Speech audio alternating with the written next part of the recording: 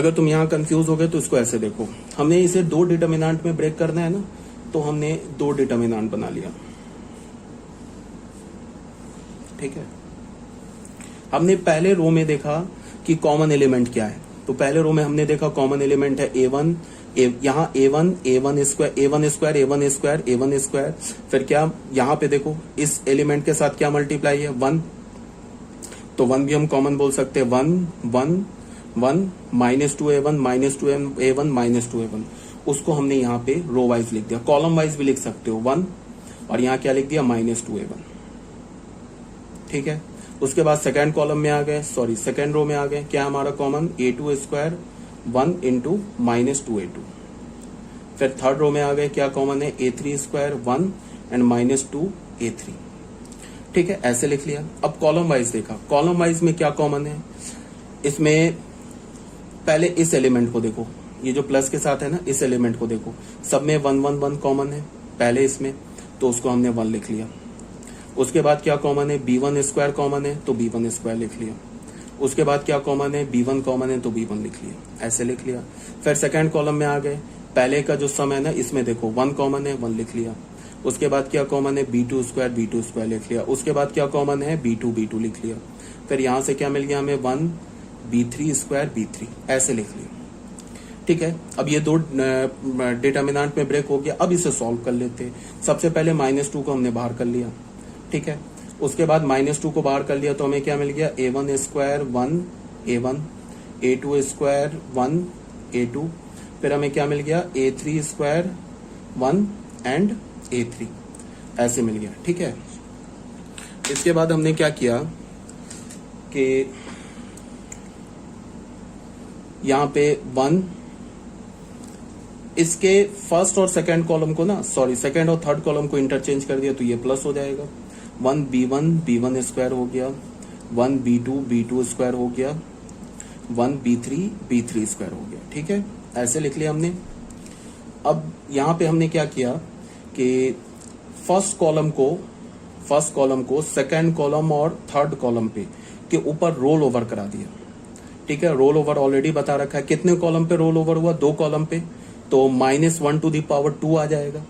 तो -1 to the power 2 क्या होगा 1, तो इसका मतलब क्या है कि सीधे इसको हमने उठाया, इसको फर्स्ट और थर्ड कॉलम पे रोल ओवर करा दिया, तो इस कॉलम को हमने ऊपर उठाया, इस 2 कॉलम को इधर भेजा, इसको ले जाके थर्ड कॉलम पे डाल दिया, तो क्या हो जाएगा 2, ये क्या हो जाएगा 1 1 1, और यहाँ क्या हो जाएगा, ये हो जाएगा A1 A2 A3, और ये क्या हो जाएगा A1 square A2 square A3 square, ऐसे हो गया। ठीक है, और ये क्या हो गया 1 1 1 B1 B2 B3, ये हो गया B1 square B2 square B3 square, ऐसे हो गया ना। अब देखो इस डिटर्मिनेंट का वैल्यू मैंने तुम्हें बोल रखा है याद रखने के लिए। इसका डिटर्मिनेंट ऐसे बताया था ना, 1x square 1y 1y square 1z square, इसका वैल्यू क्या बताया था, x minus y y minus z z minus x.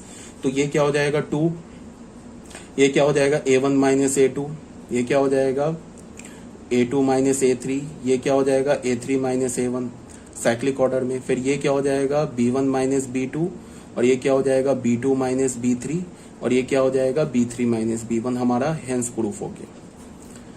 ठीक है, अब बच्चों आ जाओ क्वेश्चन नंबर 2 में। क्वेश्चन नंबर 2 को हमें कैसे प्रूफ करना है, देखो थोड़ा दिमाग लगेगा इसके दो प्रोडक्ट में, इसको दो स्मॉल डिटर्मिनेंट में ब्रेक करने में थोड़ा दिमाग लगेगा। ठीक है, अब जैसे तुम यहाँ देखो, इस डिटर्मिनेंट के वैल्यू को क्या बोल रहा है कि 0 के इक्वल प्रूफ करो, तो एक रास्ता हमारे पास क्या है कि हम आंख बंद करके मल्टीप्लाई कर दे, 0 आ जाएगा, सब कटपिट के लास्ट में 0 आ जाएगा। ठीक है, वैसा हम कभी करेंगे नहीं।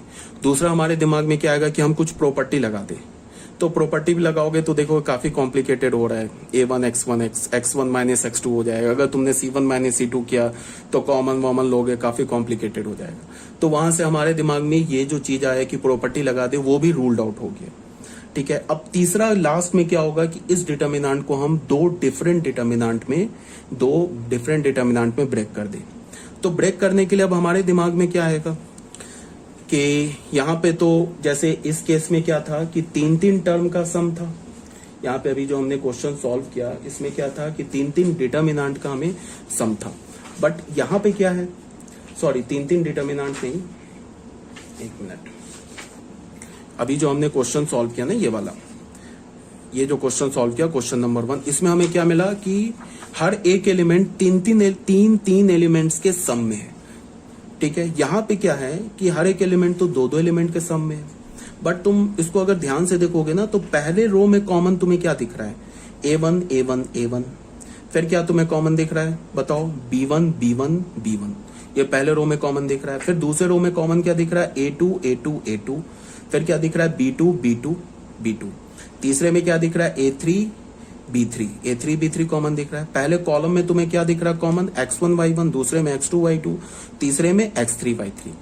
तो यहां पे तुम ऑन द होल देखो कि जो पहले रो में कॉमन क्या आ रहा है, मतलब कौन कौन से एलिमेंट आ रहे हैं? A1 B1 A1 B1 A1 B1।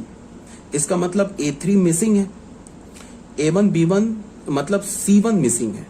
तो C1 मिसिंग है, तो इसका क्या मतलब होगा कि C1 के साथ जो एलिमेंट मल्टीप्लाई हो रहा होगा ना, वो 0 होगा। यहाँ देखो A2 B2 कॉमन दिख रहा है, C2 मिसिंग है, A3 B3 कॉमन दिख रहा है, C3 मिसिंग है, X1 Y1 कॉमन दिख रहा है, इसका मतलब Z1 मिसिंग है, X2 Y2 कॉमन दिख रहा है, मतलब Z2 मिसिंग है, X3 Y3 कॉमन दिख रहा है, इसका मतलब Z3 मिसिंग है। तो कोई प्रॉब्लम नहीं है, यह क्वेश्चन और आसान हो गया। अब तुम देखो, पहले में यहाँ का मैंने पहला एलिमेंट उठाया, देखो यहां से मैंने इस एलिमेंट को उठाया, इसका पहला एलिमेंट हमें क्या दिख रहा है? A1 है, ठीक है, फिर B1 है, तो A1 B1 बना दिया। तीसरा एलिमेंट प्लस के साथ एक और लिखा होना चाहिए, तो उसमें हमने क्या बोला कि उसका जो तीसरा एलिमेंट है वो 0 है, तो यहां हमने 0 कर दिया। फिर यहाँ पे क्या होगा? A2 B2 रख दिया, फिर 0 कर दिया। फिर क्या होगा? A3 B3 रख दिया, फिर 0 कर दिया। यहाँ पे X1 Y1 रखा, यहाँ 0 कर दिया। तो ऐसे करके दो डिफरेंट डिटर्मिनेंट में ब्रेक हो गया। तो ये देखो, थर्ड कॉलम भी 0 हो गया, यहाँ भी थर्ड कॉलम 0 हो गया, तो 0 इंटू 0 0 हो गया। ठीक है, अब आ जाओ बच्चों क्वेश्चन नंबर 3 में। क्वेश्चन नंबर 3 में क्या है? ये क्वेश्चन नंबर 3 ऑलरेडी मैंने करवा रखा है आप लोगों को, शायद फैक्टर थ्योरम से करवाया है या फिर तुम्हें प्रॉपर्टीज ऑफ डिटर्मिनेंट, किसी एक टाइप से क्वेश्चन ऑलरेडी करवा रखा है। ठीक है, बट हमें यहाँ क्या करना है? इसको प्रोडक्ट ऑफ द डिटर्मिनेंट से सॉल्व करना है। अब हमने फिर क्या किया? देखा कि पहले रो में क्या है, तो पहले रो में तुम्हें क्या दिख रहा है? पहला रो जो है ना, वो कुछ इस टाइप का है ना, पहला रो जो है वो इस टाइप का लिखा है। तुम ऐसे देखो, ए बी बी प्लस सी है ना, बी प्लस सी को तुम क्या लिख सकते हो? इसको लिख सकते हो 1 या 0 into A plus B plus सी, ऐसे लिख सकते हो ना। अब दूसरा एलिमेंट क्या है? सी प्लस ए, तो सी प्लस ए को तुम क्या लिख सकते हो? C plus 0 into B plus A, या फिर तुम इसको ऐसे भी लिख सकते हो, बोल सकते हो कि 0 into A plus 1 into B plus 1 into C, ऐसे लिख सकते हो। इसको क्या लिख सकते हो? 1 into C plus 0 into B plus 1 into A, ऐसे लिख सकते हो। फिर तीसरे में क्या दिख रहा है तुम्हें? A plus B, A plus B को तुम कैसे लिख सकते हो? A 1 into A plus 1 into B plus 0 into C, ऐसे लिख सकते हो ना। ठीक है, तो पहले रो में अगर हम कॉमन देखें, तो पहले रो में कॉमन क्या दिख रहा है हमें? पहले रो में हमें कॉमन दिख रहा है, ये देखो एबीसी, एबीसी दिख रहा है ना। देखो यहां पे क्या है, इस एलिमेंट को तुम देखो, बी, यहां बी दिख रहा है कॉमन तुम्हें, यहां भी दिख रहा है कॉमन। ठीक है, बट यहां बी कॉमन नहीं है, तो इसका क्या मतलब है कि यहां जो बी है उसके साथ क्या मल्टीप्लाई है? 0 मल्टीप्लाई है। देखो बच्चे, ये थोड़ा यहां दिमाग लगेगा। अगर ये 3 बाई 3 होता ना, हर एक एलिमेंट 3 एलिमेंट के सम में होता, तब तो हमें इजिली हम लोग दिख जाता है, जैसा भी हमने पहले क्वेश्चन में देखा है। बट यहाँ पे 2 का सम है, तो पहले रो में ए बी सी ही कॉमन है, बिकॉज हम इसके पहले रो को कैसे लिख सकते हैं? पहले रो में क्या, पहले रो को हम लोग ऐसे नहीं लिख सकते, इसका पहले रो को लिख सकते हैं 0 into A plus B plus सी, ऐसे लिखा इस बी प्लस सी को। फिर ये सी प्लस ए को हमने कैसे लिखा? ऐसे लिखा 0 into B plus 1 into C plus 1 into A. फिर यहाँ ए प्लस बी को क्या लिखा? A into 1 plus B into 1 plus C into 0, ऐसे लिख लिया। ठीक है ना, तो पहले रो में क्या तुमको कॉमन दिख रहा है? ए बी सी, हर में दिख रहा है ए बी सी। ठीक है, तो यहां से हमने क्या किया? ए बी सी लिख लिया।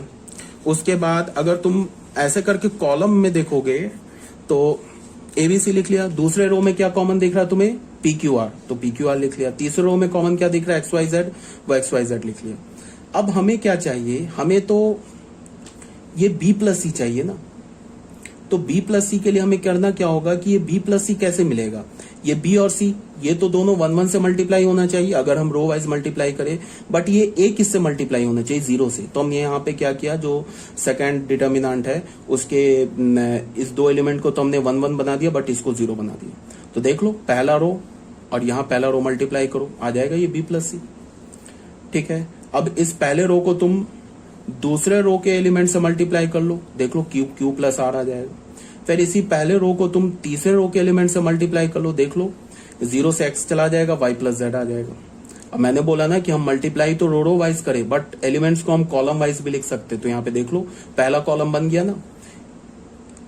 अब हम लोग क्या करेंगे कि अब इसका दूसरा कॉलम बनाएंगे। तो दूसरा कॉलम कैसे बनाएंगे? दूसरा कॉलम हम इसी को देख के बना सकते, इस एलिमेंट को देख के बना सकते दूसरा कॉलम, या तुम बोलो कि सेकंड कॉलम को देख के बना सकते दूसरा कॉलम। कैसे? तुम इसको देखो, यहां पे क्या है, सी के साथ क्या लिखा हुआ है? 1, तो वो 1 लिख दिया। अब सी के बाद ए के साथ क्या लिखा है? सी के बाद तुम ए के साथ क्या लिखा है? 0।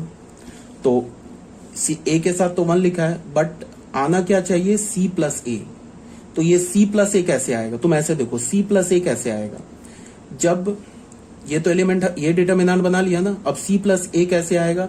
जब बी हमारा 0 से मल्टीप्लाई हो रहा हो, तो बी 0 से मल्टीप्लाई होगा तो यहां 0 बना लेंगे। ठीक है, अब तुम देखो 1 into A plus 0 into B plus 1 into C, ये क्या बन जाएगा? C plus A. फिर इस सेकेंड रो को तुम सेकेंड रो से मल्टीप्लाई करो तो क्या हो जाएगा? पी प्लस आर, तो देखो पी प्लस आर। फिर तुम सेकेंड रो को थर्ड रो से मल्टीप्लाई करो तो क्या मिल जाएगा? में एक्स प्लस जेड, तो देख लो एक्स प्लस जेड है। अब हम लोग थर्ड रो बनाएंगे। थर्ड रो बनाएंगे कैसे? हमें क्या होना चाहिए? ये ए प्लस बी आना चाहिए, सॉरी सी प्लस ए के बाद क्या आना चाहिए? ए प्लस बी। तो ए प्लस बी के लिए क्या करेंगे कि ये थर्ड रो फर्स्ट रो से मल्टीप्लाई होगा ना, तो ए और बी इसके क्रॉसपॉन्डिंग तो 1 1 डाल दिया, बट सी नहीं आना चाहिए तो 0 डाल दिया। अब ये जाके हमारा दो डिटर्मिनेंट में ब्रेक हो गया। अब ये तो 1 है हमारा, सॉरी ये हमारा क्या है? 2। इसको कैलकुलेट कर लो, 2 आ जाएगा, ये हेंस प्रूफ हो जाएगा। थोड़ा बच्चे दिमाग लगेगा इसमें, ठीक है ना। ये हमारा था क्वेश्चन नंबर 3। ठीक है, समझ रहे हो कि नहीं? अगर नहीं समझ रहे हो तो एक बार मैं और एक्सप्लेन कर देता हूँ। देखो हमने, अगर तुम इसको और अच्छे से लिखना चाहते हो ना, तो तुम इसको ऐसे देखो, इसको हमने ऐसे लिख लिया, Q प्लस आर है ना, तो इसको हमने ऐसे लिख लिया कि 1 into q plus 1 into r plus 0 into p, ऐसे लिख लिया। फिर यहाँ पे पी क्यू आर है तो लिख लिया 1 into r plus 1 into p plus 0 into q, ऐसे लिख लिया। फिर यहाँ पे क्या? पी क्यू आर, तो 1 into p plus 1 into q plus 0 into r, ऐसे लिख लिया। फिर हमारा क्या? एक्स वाई जेड, तो लिख लिया 1 into y plus 1 into z plus, या फिर यहाँ पे एक्स वाई जेड है ना, तो तुम इधर भी पैटर्न एक्स वाई जेड का ही लेके चलो। तो तुम एबीसी है ना, तो यहां भी तुम पैटर्न एबीसी का लेके चलो। तुम ऐसे लिख लो एबीसी, तो 0 into A plus 1 into B plus 1 into C. फिर एबीसी है तो एबीसी का पैटर्न लेके चलो, तो तुम इसको कैसे लिखोगे? पहले सी के साथ 1 है, ए के साथ, तो 1 इंटू ए प्लस बी के साथ 0 है, तो 0 into B plus 1 into C, ऐसे लिख लो। फिर एबीसी, तो 1 into A plus 1 into B plus 0 into C, ऐसे लिख लो। फिर यहाँ पे क्या? पी क्यू आर का यहाँ पैटर्न है ना, पी क्यू आर, तो 0 into p plus 1 into q plus 1 into r. फिर पी क्यू आर है तो 1 into p plus 0 into q plus 1 into r. फिर क्या है? 1 into p plus 1 into q plus 0 into r, ऐसे लिख लिया। फिर यहाँ क्या? एक्स वाई जेड का पैटर्न है, तो यहाँ पे हमने एक्स को लिख लिया 0 into x plus 1 into y plus 1 into z, और एक्स तो 1 into x plus 0 into y plus 1 into z, और यहाँ पे क्या है? X 1 into x plus 1 into y plus 0 into z. इतना करना नहीं है, बट समझाने के लिए बता रहा हूँ। अब तुम देखो यहाँ पे हमने क्या किया कि एबीसी दिख रहा है ना, हर एक एलिमेंट में एबीसी कॉमन, तो उससे तो हमने ये दूसरा डिटर्मिनेंट बना लिया, देख लो ये बना लिया। अब ये किससे मल्टीप्लाई हो रहा है, 0 1 1, देख लो ये एलिमेंट कैसे मिलेगा, जब हम पहले डिटर्मिनेंट के फर्स्ट रो को दूसरे डिटर्मिनेंट के फर्स्ट रो से मल्टीप्लाई करेंगे, तभी तो जाके ये एलिमेंट मिलेगा। तो इसका मतलब कि जो फर्स्ट डिटर्मिनेंट है उसका पहला रो क्या होना चाहिए, 0 1 1, तो ये 0 1 1 आ गया। ये एलिमेंट कैसे मिलेगा, ये एलिमेंट तभी मिलेगा ना जब हम पहले डिटर्मिनेंट के को ये फर्स्ट डिटर्मिनेंट के सेकंड रो को क्या करें, दूसरे डिटर्मिनेंट के फर्स्ट रो से मल्टीप्लाई करें। देख लो ये सेकंड रो है। ये एलिमेंट कैसे मिलेगा, जो फर्स्ट डिटर्मिनेंट है ना उसके हम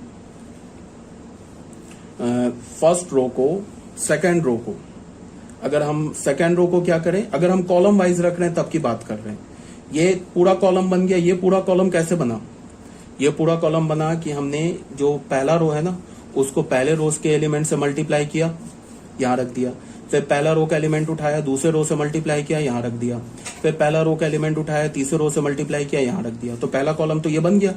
अब ये कॉलम कैसे, ये एलिमेंट कैसे बनेगा, ये एलिमेंट तभी बनेगा ना जब हम पहले डिटर्मिनेंट के सेकंड रो को इस दूसरे डिटर्मिनेंट के फर्स्ट रो से मल्टीप्लाई करें, तभी जाके तो ये एलिमेंट बनेगा। तो इसका मतलब कि हमारा जो पहला फर्स्ट डिटर्मिनेंट है ना उसका सेकंड रो क्या होना चाहिए, 1 0 1 होना चाहिए, तो यहाँ 1 0 1 लिख दिया। अब ये एलिमेंट कैसे बनेगा, ये तो पूरा बन गया, ये बन गया ना, सेकंड रो आ गया। अब सेकंड रो को तुम फर्स्ट रो के एलिमेंट से मल्टीप्लाई करो, यहां लग दो। अब तुम देखो सेकंड रो को तुम सेकंड रो से मल्टीप्लाई करोगे तो क्या होगा, P प्लस आर, तो वो देख लो P प्लस आर आ गया, यहाँ लिखा है ना P प्लस आर। फिर अगर तुम सेकंड रो को थर्ड रो के एलिमेंट से मल्टीप्लाई करोगे तो क्या होगा, x प्लस जेड, वो आ गया x प्लस जेड। अब ये कैसे बनेगा, ये तभी बनेगा ना जब तुम थर्ड रो को पहले डिटर्मिनेंट का थर्ड रो हो और दूसरे डिटर्मिनेंट का फर्स्ट रो हो। तो पहले डिटर्मिनेंट, ये दूसरे डिटर्मिनेंट का फर्स्ट रो क्या ABC, तो थर्ड एलिमेंट दूसरे पहले डिटर्मिनेंट का थर्ड रो क्या होना चाहिए, 1 1 0, तो ये 1 1 0। ऐसे करके हमने थर्ड रो लिख दिया। अब थर्ड रो को तुम फर्स्ट रो से मल्टीप्लाई करो, यहाँ लिख दो। फिर थर्ड रो को तुम सेकंड रो से मल्टीप्लाई करो, यहाँ लिख दो। फिर थर्ड रो को तुम थर्ड रो से मल्टीप्लाई करो, यहाँ लिख दो। ठीक है, थोड़ा इसमें दिमाग लगेगा और कुछ नहीं है। अब आ जाओ बच्चों क्वेश्चन नंबर 4 में। क्वेश्चन नंबर 4 में क्या है कि ये डिटर्मिनेंट दे रखा है, इसको हमें किसके इक्वल प्रूफ करना है, 0 के इक्वल प्रूफ करना है। तो सबसे पहला थॉट जो हमारे माइंड में नहीं आना चाहिए कि इसको हम डायरेक्ट एक्सपैंड कर दें, ये तो बिल्कुल नहीं आना चाहिए। दूसरा थॉट हमारे दिमाग में ये आ सकता है कि इसमें हम डिटर्मिनेंट की प्रॉपर्टी लगा दें, बट तुम देख रहे हो कि अगर हमने C1 minus C2 R2 minus R1 कुछ भी ऐसा किया तो ये काफी कॉम्प्लिकेटेड हो जाएगा।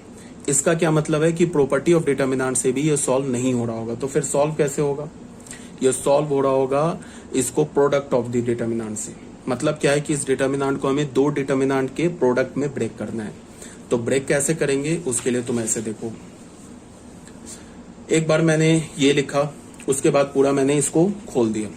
देखो क्या हमारे पास cos a माइनस पी, ये क्या होगा cos a cos p plus sin a sin p। ये पूरे को मैंने एक्सपैंड कर दिया फॉर्मूले से, फॉर्मूला तो आता ही होगा। अब तुम इसको फिर देखो कि ऐसे तुम देखो कि पहले रो में क्या दिख रहा है कॉमन, एंगल में क्या कॉमन है, ए, दूसरे में बी और तीसरे में सी, और फर्स्ट कॉलम में पी है, दूसरे कॉलम में क्यू है, तीसरे कॉलम में आर है। ठीक है, तो इसमें क्या आ जाएगा कॉमन, पहले रो में क्या कॉमन आ जाएगा, ए के क्रॉसपॉन्डिंग कॉमन आ जाएगा cos a sin a cos a sin a cos a sin a, दूसरे में cos b sin b और तीसरे रो में cos c sin c। अब यहाँ पे फर्स्ट कॉलम में तो p है, यहाँ q है, यहाँ r है, तो क्या आ जाएगा common, cos p sin p cos q sin q cos r sin r, ये कॉमन आ गया। अब तुम फिर देखो क्या है कि फिर ये 3/3 ऑर्डर का डिटर्मिनेंट है, इसे हमें दो 3/3 ऑर्डर के डिटर्मिनेंट में ब्रेक करना है।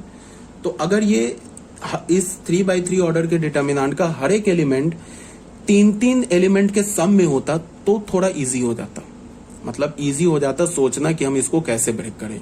बट ये 2-2 एलिमेंट के सम में तो थोड़ा दिमाग लगेगा। कैसे, वो देखो, हमने रो वाइज देखा, क्या कॉमन दिख रहा है, cos a sin a। इसमें क्या कॉमन है, cos a, यहां cos a है, यहां दूसरे में क्या sin a, तो cos a लिख दिया, sin a लिख दिया।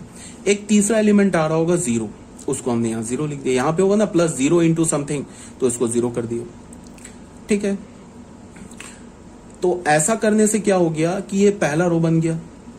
अब फिर हमने कॉलम वाइज यहां देखा, कॉलम में क्या है कॉमन, इसमें जो पहला सम है उसमें कॉमन क्या दिख रहा है, कॉस पी, तो वहां कॉस पी बना दिया। दूसरे कॉलम में क्या दिख रहा है हमें, कॉस पी और साइन पी दिख रहा है ना कॉमन पहले कॉलम में, तो कॉस पी साइन पी बना दिया, यहां 0 कर दिया। दूसरे कॉलम में क्या दिख रहा है, कॉस क्यू साइन क्यू, तो यहाँ कॉस क्यू साइन क्यू लिख दिया, यहाँ 0 लिख दिया। इसको तुम चाहो तो कॉलम वाइज भी लिख सकते थे। तीसरे कॉलम में हमें क्या कॉमन दिख रहा है, यहाँ पे दिख रहा है हमें कॉस आर और साइन आर, तो कॉस आर और साइन आर लिख दिया, 0 हो गया। ठीक है, अब मल्टीप्लाई करके तुम देख लो, पहला रो उठाओ और इसका पहला रो उठाओ, क्रॉसपॉन्डिंग एलिमेंट्स मल्टीप्लाई करके देख लो, ये आ जाएगा। फिर इसका पहला ही रो उठा के रखो और इसका दूसरा रो उठाओ, तो कॉस ए कॉस क्यू, तो देखो ये आ जाएगा कॉस ए कॉस क्यू। फिर क्या हो जाएगा, साइन ए साइन क्यू, यहाँ आ गया साइन ए साइन क्यू, प्लस 0 इंटू 0, 0 हो गया यहाँ पे। फिर पहला रो लो, तीसरा रो के क्रॉसपॉन्डिंग एलिमेंट से मल्टीप्लाई करो, ये मिल जाएगा हमें, तो ये भी 0 हो गया, ये भी 0 हो गया, ऑन द होल इसका वैल्यू क्या हो गया, 0। ठीक है, अब बच्चे आ जाओ क्वेश्चन नंबर 5 में। क्वेश्चन नंबर 5 में क्या बोल रहा है कि प्रूव दैट इस डिटर्मिनेंट का whole square is equal to this is equal to this is equal to this. मतलब ये कुछ something like alpha is equal to beta is equal to gamma is equal to delta type है। ठीक है, तो हम कैसे सॉल्व करेंगे, हमने क्या किया, इसको उठाया, इसका स्क्वायर लिखा हुआ है, इसका मतलब है कि दिस इनटू दिस है, ये 2 मल्टीप्लाई किया हुआ है, मल्टीप्लाई हमने इसको कर दिया, रो वाइज मल्टीप्लाई कर दिया। तो मल्टीप्लाई करने से हमें क्या मिल गया, ये सेकंड वाला जो डिटर्मिनेंट है ना, बी स्क्वायर प्लस सी स्क्वायर है बी, ये मिल गया हमें। ठीक है, मल्टीप्लाई करने पे ये मिल गया। उसके बाद फिर हमने क्या किया, तो हो गया ये वाला चीज किसके इक्वल हो गया, प्रूफ, इसके इक्वल हो गया प्रूफ। ठीक है, सिंपली इसका स्क्वायर था, इसका स्क्वायर था, इसको हमने लिखा क्या, दिस डिटर्मिनेंट इनटू दिस, इसके इक्वल होगा स्क्वायर के। अब इसको सिंपली हमने रो वाइज मल्टीप्लाई किया तो हमें ये मिल गया, तो ये इसके इक्वल प्रूफ हो गया। अब क्या है कि डेल्टा हमने माना इसको, ये जो पहला डिटर्मिनेंट दे रखा है ना, ये डिटर्मिनेंट जिसका स्क्वायर दे रखा है, इसको हमने डेल्टा मान लिया। ठीक है, इसको हमने डेल्टा माना। अब हमने इसका डेल्टा डैश लिखा, तो डेल्टा डैश लिखेंगे तो हमें क्या मिलेगा, डेल्टा डैश लिखेंगे कैसे, 0 को इसके कोफैक्टर से मल्टीप्लाई करेंगे, सॉरी 0 को इसके कोफैक्टर से रिप्लेस करेंगे। तो 0 का कोफैक्टर क्या होगा, पहला कॉलम छोड़ दिया, पहला रो छोड़ दिया, तो 0 इंटू माइनस ए स्क्वायर, तो माइनस ए स्क्वायर आ गया। तो अगर तुम इस डिटर्मिनेंट के हर एक एलिमेंट को इसके कोफैक्टर से मल्टीप्लाई करोगे तो तुम्हें ये डेल्टा डैश, ये डिटर्मिनेंट मिलेगा। और यही डेल्टा डैश किसके इक्वल है, देख लो, इस डिटर्मिनेंट के इक्वल है। इसका क्या मतलब है कि ये जो डिटर्मिनेंट लिखा है ना, ये इस डिटर्मिनेंट को, अगर तुम इस डिटर्मिनेंट के एलिमेंट को तुम अगर इसके कोफैक्टर से रिप्लेस कर दोगे तो ये डिटर्मिनेंट आ जाएगा। ठीक है, तो यहां पे हमें क्या पता चल रहा है कि डेल्टा डैश ये आ गया। अब हमारे पास क्या रिलेशन है, delta dash is equal to क्या होगा, delta to the power 3 minus 1, क्यों, बिकॉज डेल्टा का ऑर्डर क्या 3, तो delta dash is equal to delta to the power n minus 1, तो डेल्टा डैश क्या हो जाएगा, delta to the power 3 minus 1 delta square, ये प्रूफ हो गया। ठीक है, उसके बाद हमने क्या किया कि फिर इस डिटर्मिनेंट को देखो, ये डिटर्मिनेंट फिर सर्कुलेंट डिटर्मिनेंट बताया था ना मैंने, ऐसा डिटर्मिनेंट ABC 2FGH वाला, ऐसा डिटर्मिनेंट तुम लोगों को बताया था मैंने, ये डिटर्मिनेंट बताया था ना ऐसा, ABC HGF, इसका वैल्यू क्या बताया था, यह डिटर्मिनेंट बताया था। या फिर एक इसको ABC में भी हमने लिखा था, इसको हमने क्या बोला था, ABC plus 2FGH minus AF square minus BG square minus CH square, ऐसे बोला था इसका वैल्यू। एक ये भी डिटर्मिनेंट बताया था ABC, और यहाँ पे एक डिटर्मिनेंट ऐसा भी बताया था मैंने, ABC BCA CAB, ऐसा बताया था डिटर्मिनेंट। ठीक है, ये किसके इक्वल बताया था तुम्हें, 3ABC minus A cube minus B cube minus C cube, ये दोनों डिटर्मिनेंट सर्कुलेंट डिटर्मिनेंट में बता रखा है। ये एक्चुअल कुछ नहीं है कि इस डिटर्मिनेंट को तो मैंने ऑलरेडी बोला है इंपॉर्टेंट है, पेयर ऑफ स्ट्रेट लाइन का कंडीशन है। अगर ये डिटर्मिनेंट 0 के इक्वल हो गया तो जो हमारा जनरल डिग्री है ना 2 डिग्री का जो इक्वेशन है वो किसे रिप्रेजेंट करेगा, पेयर ऑफ स्ट्रेट लाइन को। तो ये तो याद ही रखना है। इसमें अगर तुमने H को B से रिप्लेस कर दिया, H को B से रिप्लेस कर दिया, G को C से रिप्लेस कर दिया, F को A से रिप्लेस कर दिया, तो ये आ जाएगा। मतलब यहाँ पे तुम क्या करो, H को B से और G को C से और F को A से रिप्लेस करोगे तो ये वैल्यू आ जाएगा। अब तुम देखो ये भी सेम डिटर्मिनेंट लिखा हुआ है। ये जो डिटर्मिनेंट है ना, ये भी देखो 0 0 सर्कुलेंट डिटर्मिनेंट है, 0 CB, फिर क्या होगा C 0 A B A 0। तो यहाँ पे तुम अगर वैल्यू रखोगे ना इसका, जैसे यहाँ पे क्या है, A का वैल्यू क्या है, यहाँ पे तुम ऐसे देख लो,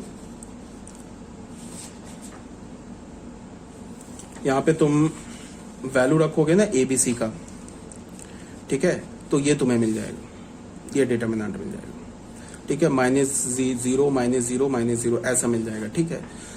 तो यहां से क्या हो जाएगा, इसका स्क्वायर है तो क्या हो जाएगा 4A² B² C², ठीक है। तो फ्रॉम 1 2 and 3, ये 1 मान लिया, 2 मान लिया, 3 मान लिया, हेंस प्रूफ हो जाएगा, ठीक है। इसमें मैंने ऑलरेडी बताया कि मल्टीप्लीकेशन ऑफ डिटर्मिनेंट जो है थोड़ा मतलब दिमाग लगेगा, बट आप क्वेश्चन सॉल्व कर लोगे, 2-4 क्वेश्चन सॉल्व कर लोगे तो ये क्लियर हो जाएगा, इसमें कोई डाउट नहीं होगी।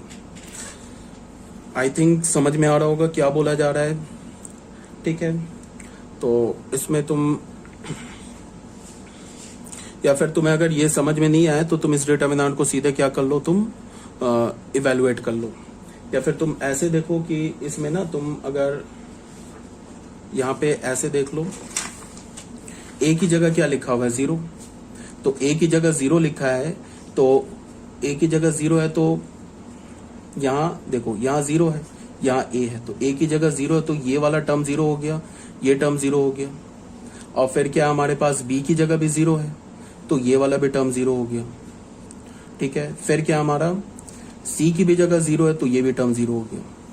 अब ये क्या बच रहा है 2FGH 2, F का काम क्या कर रहा है, यहाँ पे देख लो, F का काम क्या कर रहा है C, या फिर तुम ऐसे देखो H का काम क्या कर रहा है C, तो यहाँ पे हो गया 2C, और G का काम क्या कर रहा है यहाँ पे A B, तो यहाँ पे B आ जाएगा, और H का काम क्या कर रहा है, F का काम क्या कर रहा है A, तो ये क्या हो जाएगा 2ABC, ये हो जाएगा ना 2ABC। अब 2ABC का स्क्वायर कर लोगे ना, 2ABC का स्क्वायर तो 4A² B² C² आ जाएगा, ठीक है।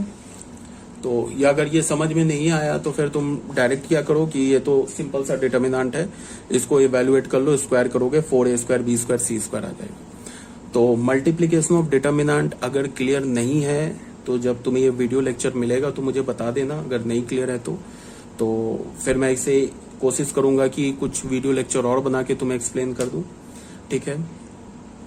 और डिटर्मिनेंट चैप्टर हमारा कंप्लीट हो गया। अब कोई भी टॉपिक मैंने नहीं छोड़ा है, JEE Mains JEE Advance board का एक भी टॉपिक नहीं छोड़ा है, डिटर्मिनेंट चैप्टर ही हमारा कंप्लीट है।